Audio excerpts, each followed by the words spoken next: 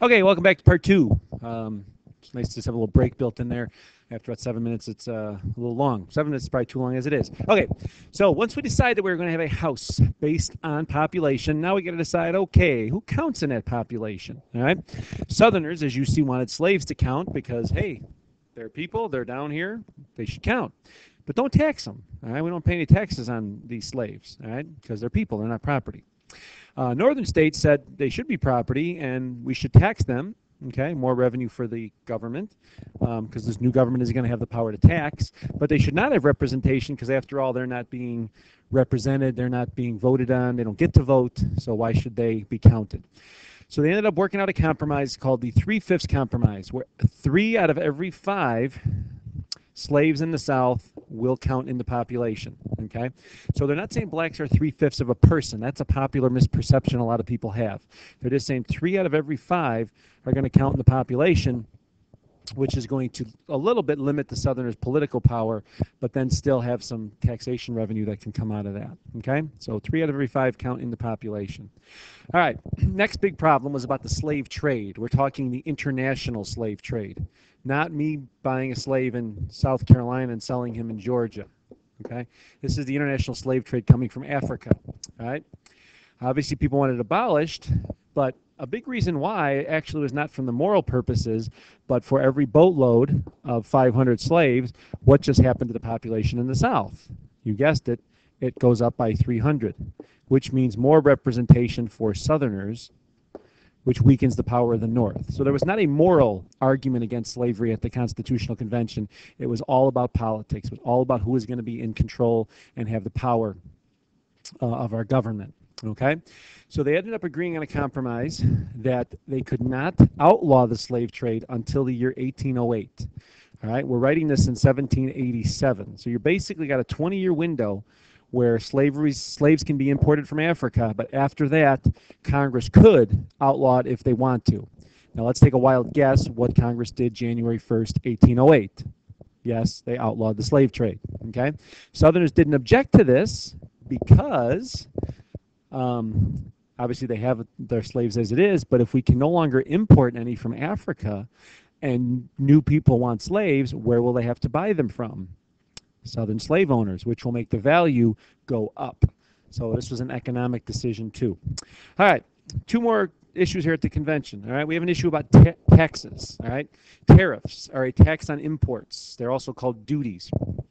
Southerners, being exporters, all right, especially with cotton, did not want Congress taxing exports. All right, northern businesses said we should tax imports because we're the ones manufacturing things. The North was more industrial, so we want to tax goods coming into the country, but not goods leaving the country. So they ended up working on a compromise that Congress could not tax any exports. Okay, whatever you shipped out was your own profit, no tax on that, but you could tax imports coming into the country, which kept the Northerners rather happy because it would make their goods cheaper, okay, than these European goods that would have to pay the tariff, okay. And this was actually a one big compromise because the North kind of wins on this one, all right, that's nose for North, and then the South wins on this one because they get to continue the slave trade for 20 years as well. So it was actually a slave trade and commerce compromise. Commerce meaning trade. Commerce would be a good word for the word wall, okay? 2 extra points if the word commerce shows up on the word wall Friday morning. All right, last problem is with the presidency. All right, remember we talked about strong central government, small state governments at the convention. Well, some people wanted a strong president that would be chosen by the people. Others thought that we should have a president that was chosen by an outside group that was not connected to people, because after all, the people can be abusive, oppressive, and things like that. People can't be trusted. All right, there's a phrase back then called the tyranny of the majority. All right, tyranny is kind of like a tyrant. Another good word wall word there. Okay, 2 extra points if I see tyranny up there. If you're a tyrant, you kind of rule, you take away people's rights, you're abusive of your power, and so on. And the tyranny of the majority would be where the majority of voters can basically take the rights away from the minority. Okay, minority in this case would be the wealthy. All right, there were very few wealthy people in the colonies compared to the average commoners. So to put a check on the majority, they imposed something called the Electoral College, okay, which is an indirect election system. Very complicated, too much to get into on this video, but essentially the states would choose people to then vote for the president. Okay, we would still have an election where the people can vote, but the electors would make that decision on who would be president for a 4-year term. Okay, so we're going to limit our president's term to 4 years. He can run as many times as he wants. All right, that'll get changed later, and the electors will choose the president through some means called the Electoral College. And the Electoral College is going to be determined by how many House of Representative members you have, plus the number of senators that you have. Okay, so obviously the bigger states are going to get more. Okay, hypothetically, let's say Virginia has 15 representatives and every state has 2 senators. Virginia is going to get 17 electors in the Electoral College. Delaware is going to have 1 representative and 2 senators. So Delaware is only going to get 3. So they get a much smaller say in choosing the president than a Virginia would. Okay, we'll get into this more as we start looking at actual presidential elections, but just know that it's an indirect election system. All right, so Constitution is written September 17th, 1787. It is submitted to the states for approval. Okay, they write in the Constitution that when 9 out of 13 states ratify or approve the document, another word wall word. There's 3 I want to see up there on Friday morning. All right, you only get to write 1, Taylor, so don't get carried away. When 9 out of 13 states ratify the Constitution, it goes into effect, and that becomes the new government. Okay, but New York had yet to ratify the Constitution, and people realized we need New York.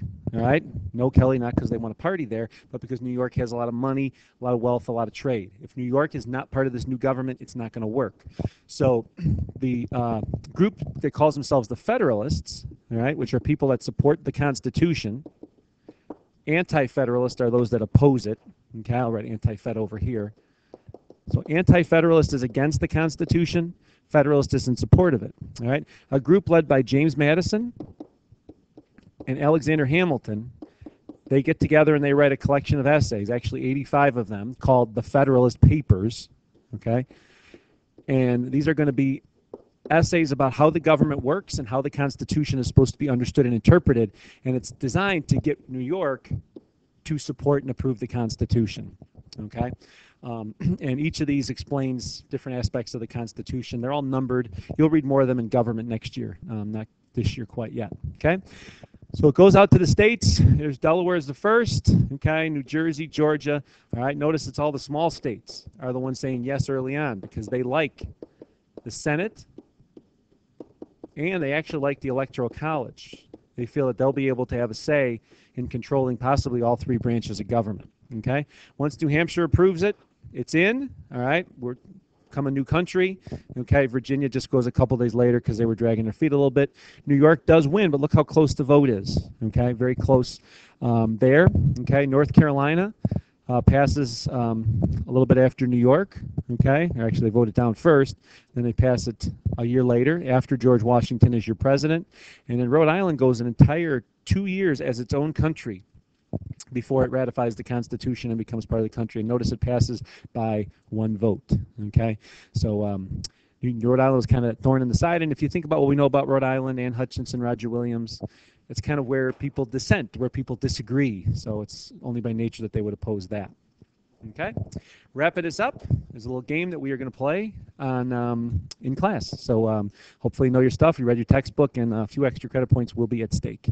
Have a great evening. Hopefully this helped you, and we will talk in class on Friday.